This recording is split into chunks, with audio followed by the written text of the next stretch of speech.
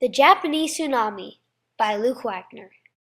One of the deadliest things in the world is a tsunami, and Japan experienced the worst of it on March 11, 2011. A 9.0 earthquake about 400 kilometers off the coast of Tokyo occurred at 2:46 p.m.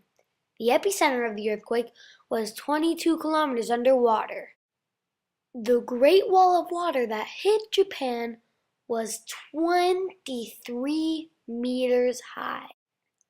The tsunami was said to wipe out many villages and caused a few nuclear accidents at the Fukushima nuclear reactor.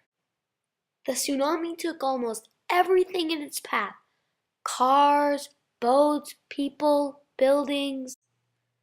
2 port towns were destroyed by the earthquake and tsunami that followed.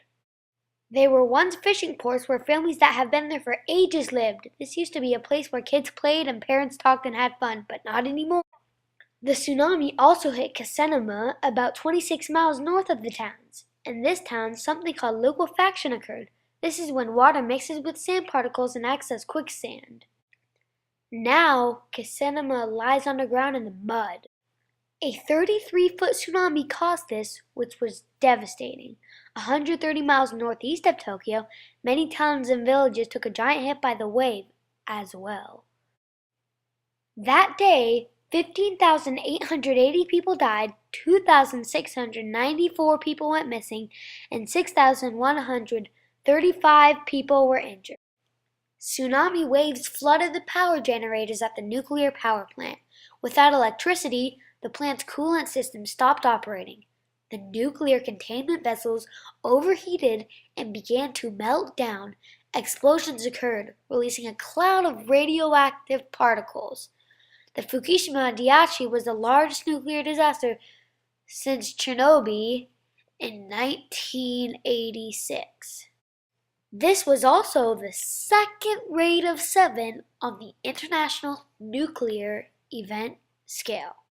The power plant was composed of 6 individual reactors. 5 and 6 were in cold shutdown while number 4 had just been defueled.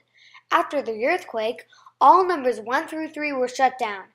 After that, the emergency generators came in, but the tsunami following the earthquake stopped that from happening. This cut all the power. People were freezing cold all night with no source of heat with any power. In the following days, the reactors 3, 2, and 1 all experienced a meltdown. A meltdown is when a nuclear reactor experiences overheating followed by radiation leaking out. People all around the nuclear reactor had to be checked for radioactivity, including children and adults. We are all very sorry that this happened and feel great sadness for the combined earthquake, tsunami, and nuclear accident that struck Japan on March 11, 2011.